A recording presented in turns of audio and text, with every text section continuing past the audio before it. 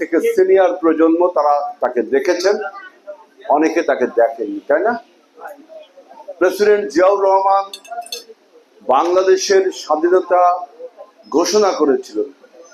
তিনি শুধু ঘোষণা করে বসেছিলেন না, তিনি নিজে অস্ত্র হাতে পাকিস্তানি সেনাবাহিনীর বিরুদ্ধে যুদ্ধ করে বাংলাদেশের স্বাধীনতার লাল সূর্য ছিনিয়ে এনেছিলেন। এবং তিনি প্রথম পাকিস্তান সেনাবাহিনীর বাঙালি অফিসার যিনি পাকিস্তান সেনাবাহিনীর বিরুদ্ধে বিদ্রোহ করেছিলেন। এমন একজন লোকের, এমন একজন নেতার আত্মার মাগফিরাত কামনায় আপনারা এখানে বিএনপি পরিবার যে ঐক্যবদ্ধ হয়েছেন। বিএনপি এমন একটা রাজনৈতিক সংগঠন, তা একটা পরিবারের মতো। আমরা যারা আজকে এই প্রোগ্রামটা করেছেন তাদেরকে আমি এই বর্তমানে গাজীরহাট ইউনিয়নে মনে হয় নতুন একটা কমিটি ভোটের মাধ্যমে হয়েছে, আমাদের ওয়ার্ড কমিটিগুলো হয়েছে। এই পরিবারকে আমি, বিএনপি পরিবারকে আমি কেন্দ্রীয় বিএনপির পক্ষ থেকে ধন্যবাদ এবং অভিনন্দন জানাই যে আপনারা এই মহান নেতার একটা আলোচনা সভা করেছেন। আমাদের এই মহান নেতার একটা প্রধান বৈশিষ্ট্য ছিল যে প্রেসিডেন্ট জিয়াউর রহমানের কাছে কেউ যাওয়ার আগে প্রেসিডেন্ট জিয়াউর রহমান নিজেই জনগণের কাছে যাইতেন। এটা তার প্রধান বৈশিষ্ট্য। আজকে এই গাজীরহাট বিএনপি, আপনারা যদি প্রেসিডেন্ট জিয়াউর রহমানের সূচ্য সৈনিক হয়ে থাকেন, আপনারা যদি প্রেসিডেন্ট জিয়াউর রহমানের আদর্শের সৈনিক হয়ে থাকেন, তাহলে আপনাদেরকে জনগণের সাথে বন্ধুত্ব সম্পর্ক করতে হবে। আজকে বিএনপি এমন একটা সংগঠন, আমি বললাম যে পরিবারের মতো থাকে। এই বিএনপি সংগঠনটি গত 50 বছর আমরা রাজনীতি করছি মানুষের ভালোবাসায় সিক্ত হয়ে। গত 17 বছর যারা অত্যাচার করেছিল, অন্যায় করেছিল, যারা গত 17 বছর রাজনৈতিক সন্ত্রাস করেছিল, সামাজিক সন্ত্রাস করেছিল, অন্যায় করেছিল, মানুষের উপর নির্যাতন করেছিল, তাদের শেষ পরিণতি কি হয়েছিল? পালিয়ে যেতে হয়েছিল, তাই না? তা আমি আশা করব আমাদের এই বিএনপি পরিবার গত 17 বছরে আওয়ামী লীগ যা করেছে, আমাদের তা করলে কিন্তু প্রেসিডেন্ট জিয়াউর রহমানের সূর্য সৈনিক আমরা হতে পারবো না। গত 17 বছরটা দখল করেছে, সন্ত্রাস করেছে, নির্যাতন করেছে, চাঁদাবাজি করেছে। বিএনপিও যদি সেইগুলো করে, তাহলে কি মানুষ আপনাদের হৃদয়ে জায়গা দিবে?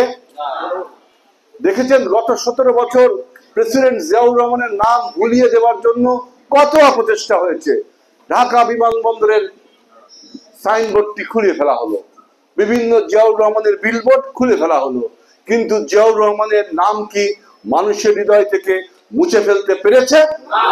ঠিক একইভাবে যদি বিএনপির নেতা কর্মীরা, আজকে বিএনপি বলতে আপনারা কি বোঝেন? যে বিএনপি 3টা অক্ষরের একটা নাম?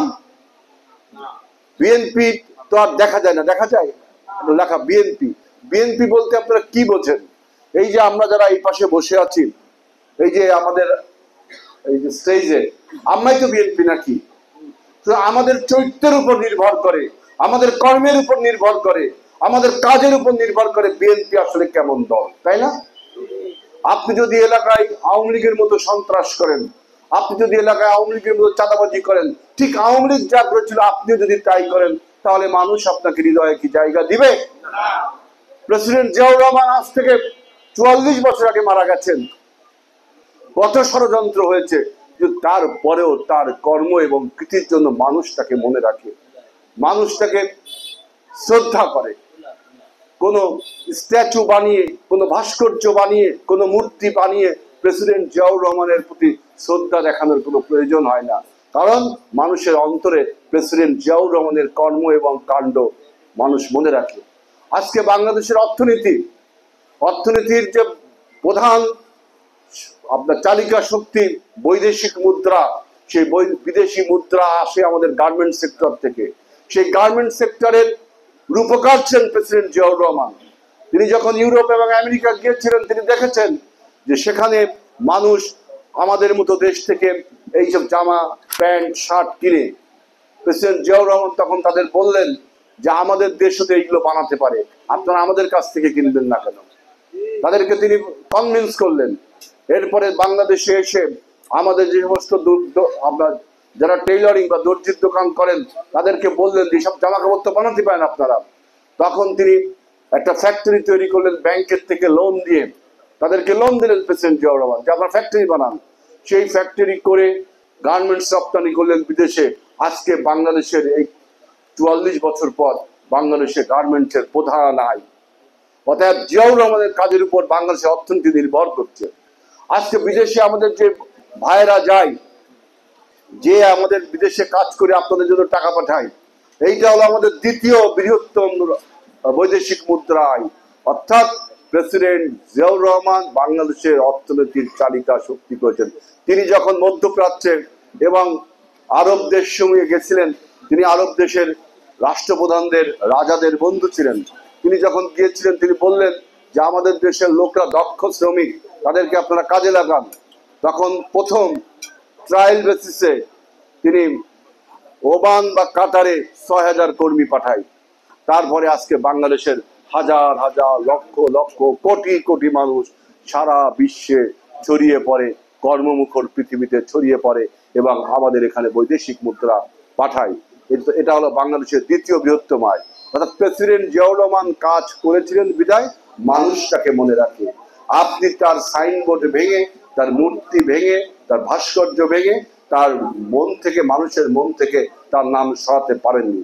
যেহেতু আমরা তার কর্মী, আমরা তার আদর্শের সৈনিক, আমাদেরকেও ওই পথে যেতে হবে। মানুষের ভালোবাসায় সিক্ত হতে হবে, মানুষের বিপদে, মানুষের আপদে, সুখে দুঃখে বিএনপিকে সেই পাশে দাঁড়াতে হবে। কারণ আজকে বাংলাদেশের এমন একটা অবস্থা সৃষ্টি হয়েছে যে বাংলাদেশের নির্বাচনের জন্য, গণতন্ত্রের জন্য গত ১৭ বছর আমরা রাস্তায় যুদ্ধ করলাম। সেই গণতন্ত্র যখন আমরা বিজয় অর্জন করলাম, পলাতক হাসিনা যখন পালিয়ে গেল, মাফিয়ারা যখন পালিয়ে গেল, এখন একটা নির্বাচনের মৌসুম শুরু হবে। কিন্তু আমরা দেখছি বাংলাদেশের রাজনীতির জগৎ একটা অনিশ্চয়তায় ভরে গেছে। তাই আজকে প্রেসিডেন্ট জিয়াউর রহমানের এই মৃত্যুবার্ষিকী আমরা বলতে চাই যে জিয়াউর রহমানের গুণাবলী সম্পন্ন নেতৃত্ব এখন বাংলাদেশের প্রয়োজন। জিয়াউর রহমানের মতো গুণাবলী যার রয়েছে, এরকম একজন নেতৃত্ব বাংলাদেশের প্রয়োজন। কিন্তু আমি বলছি, যতই রাজনৈতিক অঙ্গনে অনিশ্চয়তা দেখা দিক না কেন, নির্বাচন যথাসময়ে ডিসেম্বরের আগেই নির্বাচন অনুষ্ঠিত হবে ইনশাআল্লাহ। এখন বিএনপিকে যদি এই নির্বাচনে প্রতিদ্বন্দ্বিতা করতে হয়, মনে রাখবেন বাংলাদেশের স্বাধীনতা, সার্বভৌমত্ব, গণতন্ত্র এবং অস্তিত্ব সব এখন বিএনপির উপর নির্ভর করছে, জিয়াউর রহমানের পরিবারের উপর নির্ভর করছে। এই রাষ্ট্র যদি বিএনপি পরিচালনা না করে, যদি জিয়াউর রহমানের পরিবার পরিচালনা না করে, তাহলে দেখেছেন রাষ্ট্র কিভাবে বিদেশি রাষ্ট্রের কাছে বিক্রি হয়ে যায়, গত ১৭ বছর কিভাবে বিক্রি হয়ে গেছে। তাই আমি বলছি, যদি আপনাদের রাষ্ট্র পরিচালনা করতে হয়, বিএনপির নেতৃবৃন্দ আপনারা যারা এখানে আছেন তাদের উদ্দেশ্যে বলছি, এবং যে সমস্ত কর্মী ভাইয়েরা আপনারা শুনছেন তাদের উদ্দেশ্যে বলছি, রাষ্ট্র যদি পরিচালনা আপনারা করতে চান তাহলে জনগণের সাথে বন্ধুত্ব স্থাপন করুন, জনগণের সুখে দুঃখে পাশে দাঁড়ান। হাম বড় মিয়া ভাব দেখিয়ে যে বিএনপি ক্ষমতায় চলে আসছে, আমি এইটা দখল করব, ওইটা আমি চাঁদাবাজি করব, ওইটাই আমি বড় বড় কথা বলবো, তাহলে আওয়ামী লীগের সাথে আপনার পার্থক্য কোথায়?